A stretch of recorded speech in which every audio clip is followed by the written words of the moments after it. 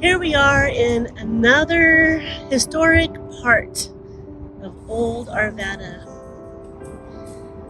Look at this beautiful, historic house. Now a restaurant and brew pub with house microbrews.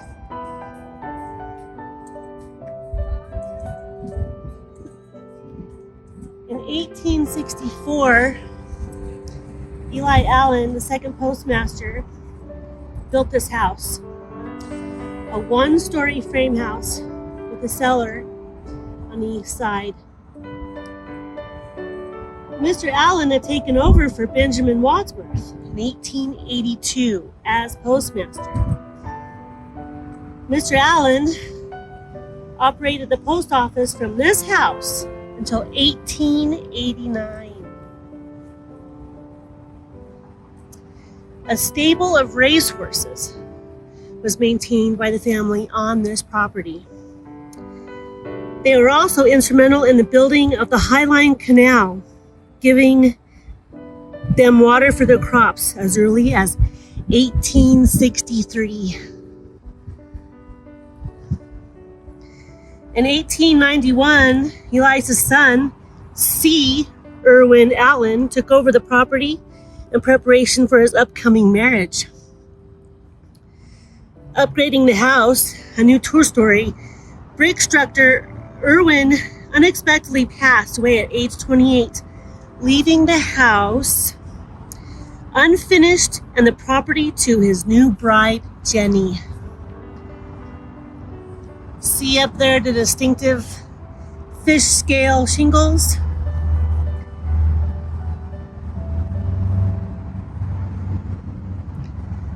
The pitched roof and carved barge boards.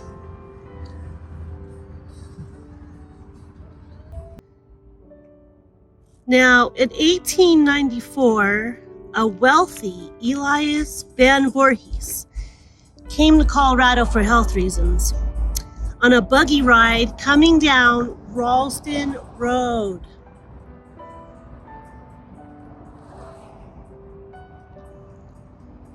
Eli and his young bride Cora spotted the house and fell in love with it, and later bought the house from the widow Allen. They hired an architect from Denver to add an addition, joining the two wings at the tower.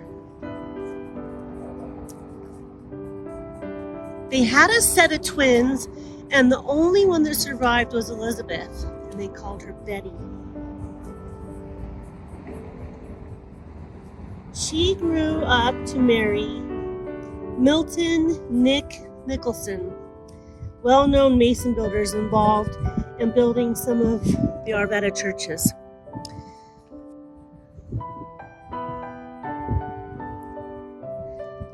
You see the tower up there?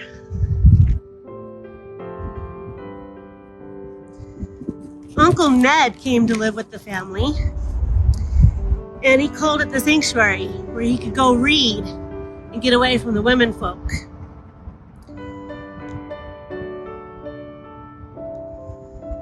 Cora's sister, mother, Uncle Ned, they all lived here as the family.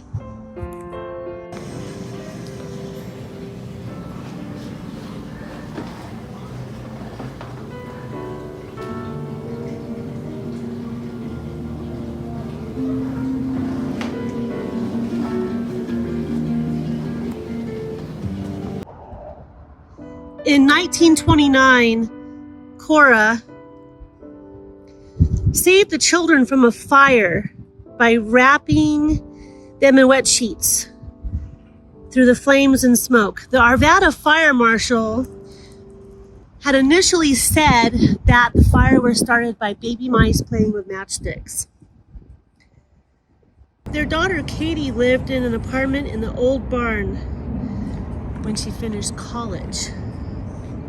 Over the years, the house became run down, but the money wasn't available for repairs, so the house was ready for demo.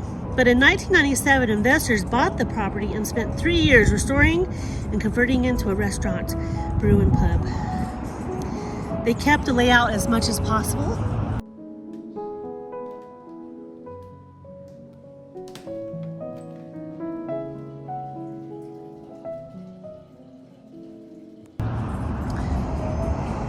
The hardwood floors from 1895. And in the back here, Cora was known to use the back rooms for her famous canned peaches. This house has a lot of rich history.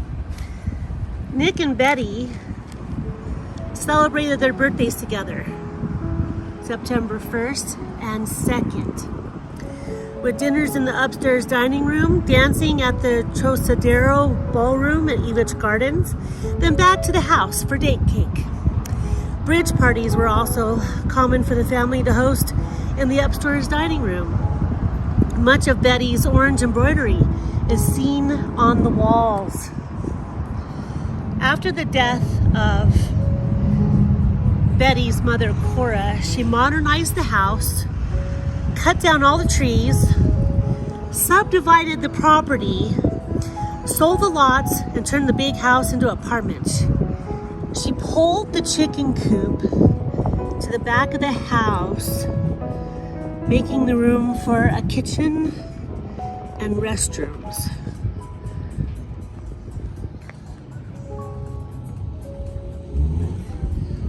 Now, it is said that Cora and Uncle Ned haunt this building.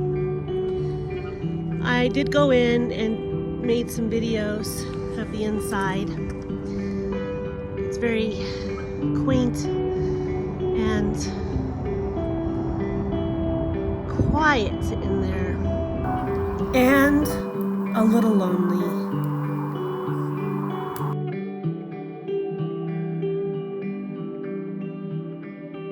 Now I went into the house, or the restaurant, and there is a spooky feel about it. The staircase where Cora fell down the stairs and did not survive her injuries, and she is said to haunt this restaurant along with Uncle Ned. When I went down the stairs, I was told to hold on to the railing. The stairs are pretty steep.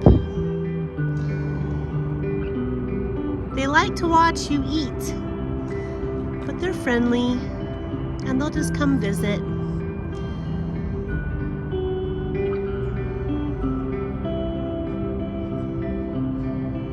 I think living here was a pretty fun time. Lots of family, parties. You kind of get that feeling here. It's quite amazing, isn't it?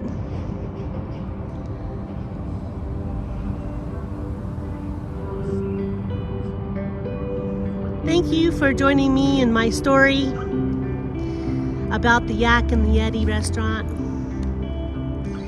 If you like to have some Indian food, a brew,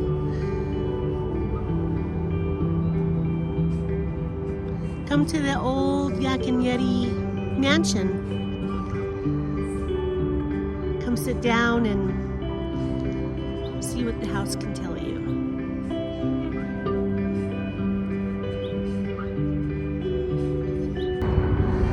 On to the next, more rich history of old Arvada, Colorado. Also coming soon, stories from the beyond. El Dorado Springs Resort and Cemetery, established from the 1860s.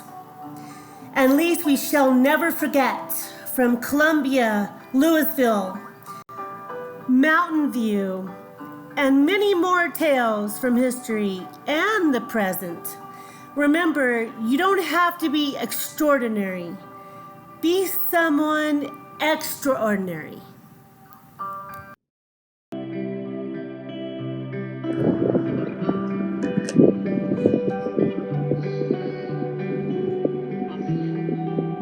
Here we are at Arvada Cemetery at the Allen family plot. Here's Angeline L., wife of Eli Allen, died October 27th, 1892, age 59 years. Here's Eli Allen, 1829, 1906, and Charles M. Hobson, 1850 to 1906. Ida Allen, 1859 to 1909. I will do some more research, but it looks like something might have happened with Eli and Charles because they both passed the same year, and I know Eli passed suddenly. So I will look into Charles M. Hobson. And then we have C. Irwin Allen, died San Diego, California, October 16th, 1892, age 28 years, and Cristobal E., daughter of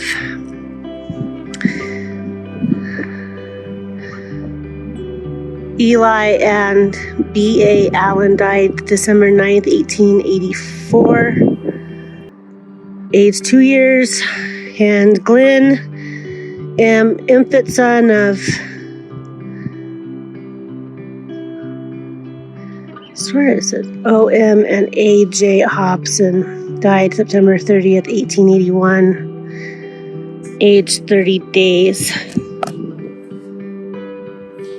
And then here is a little marker for Cristobal. It says, "Suffer little children to come unto me, and forbid them not, for of such is the kingdom of heaven."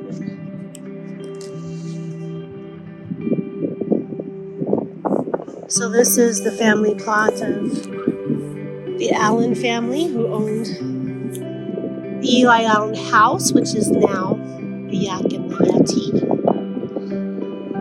I thought that was very interesting to look into all this history. These are some of the graves around it. There's little Nellie, aged 5 years, 11 days.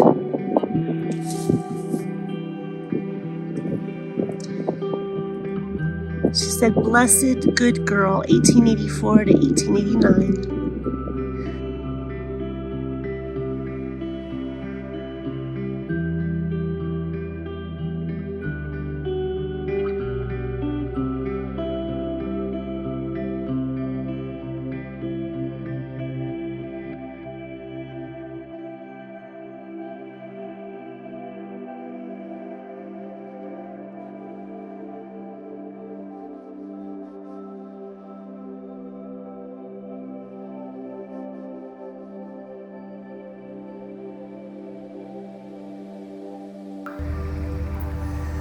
This is a gravestone for the Hunt family. Albert C. Hunt, December 23rd, 1835 to December 25th, 1912. And his wife, Abigail Hunt, February 17th, 1840 to April 17th, 1913. And his 3 children, William Sherman Hunt, 1861 to 1906, Melinda J. Hunt Shipley, 1857 to 1929, and Joanna Hunt, 1875 to 1890. Albert ran a tree nursery on Arapahoe Road. He enlisted in Company 1, 45th Infantry Regiment in Illinois on December 24th, 1861. In the 1900 census, Albert, wife Abigail, son, and 2 daughters were living in Grant Jefferson County, born in Pennsylvania. I thought that was a very interesting story.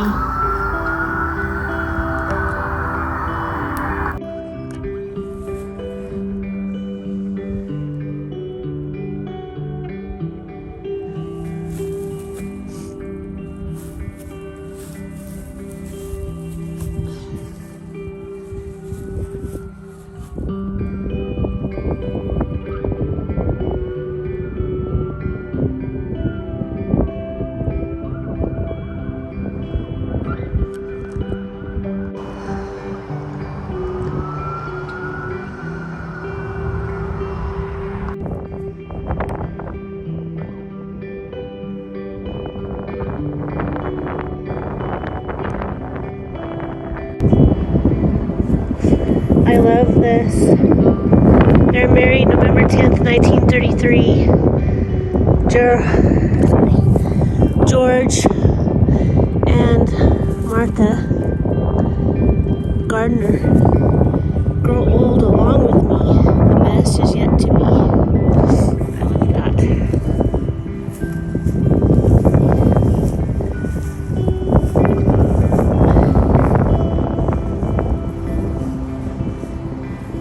And the wind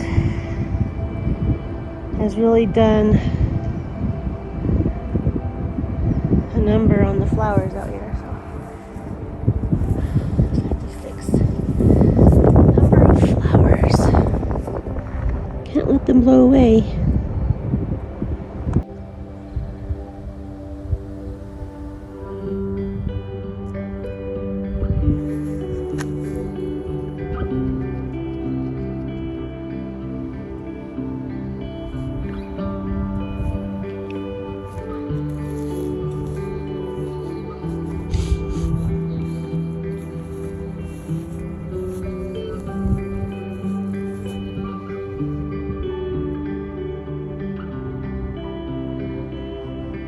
J. Ira died May 1st, 1871, aged 5 months, 4 days.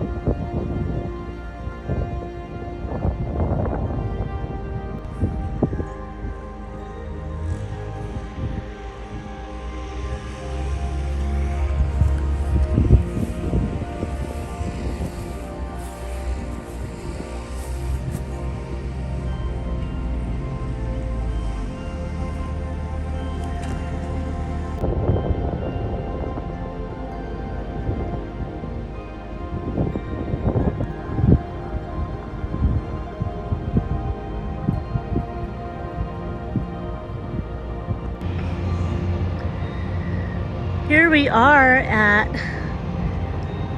a little church in Arvada. It used to be called White Plains, and now it's Bethel Missionary Baptist Church. But I thought it was very interesting because in 1890, the property was purchased for $1. And it was a one-frame schoolhouse church.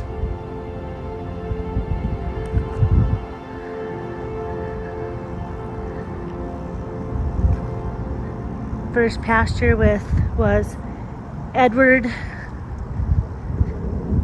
M. Roberts.